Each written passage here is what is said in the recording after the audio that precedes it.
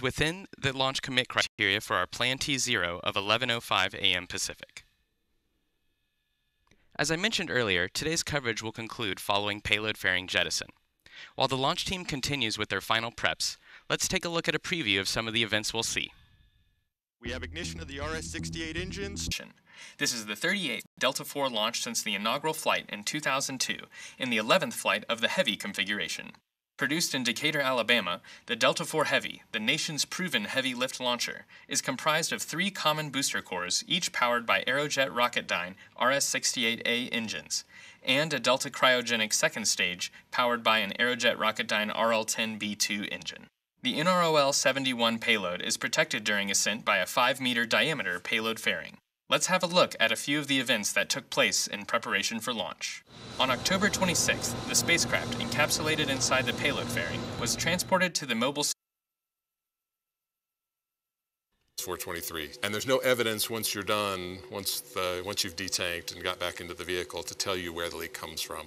So what we had to do is initiate a tanking test. We've seen this, so really looking forward to launch, and thank you again for taking some time to talk with me today. Right, thanks. Brief of the 3 issues that have been discussed and outbriefed on Net 6. Today's mission is ULA's first in the new year.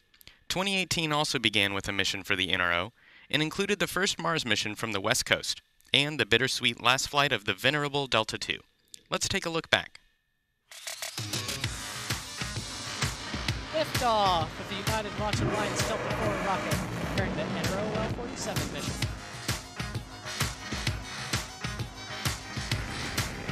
Liftoff of the Atlas V rocket.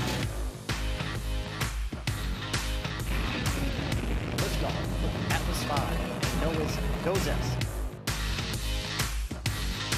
Liftoff of the United Launch Alliance Atlas V with Aerospace 11. Liftoff of the Atlas V and NASA's InSight. Application spacecraft 7. Liftoff of the mighty Delta IV Heavy rocket with NASA's Departure Solar Probe. Liftoff of the final Delta II. And liftoff of the AEHF-4 mission carried by United Launch Alliance Atlas V rocket.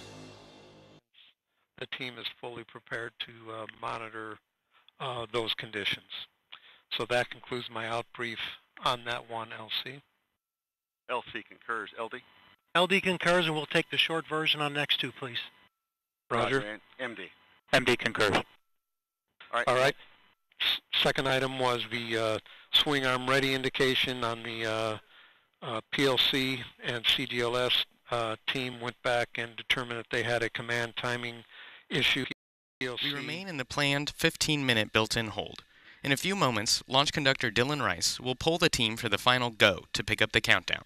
31 engineers and managers will be polled for system status and readiness to proceed with the launch. This is the final status check before launch. Delta Vehicle Systems, Ground Systems, the spacecraft, and the U.S. Air Force Western Range.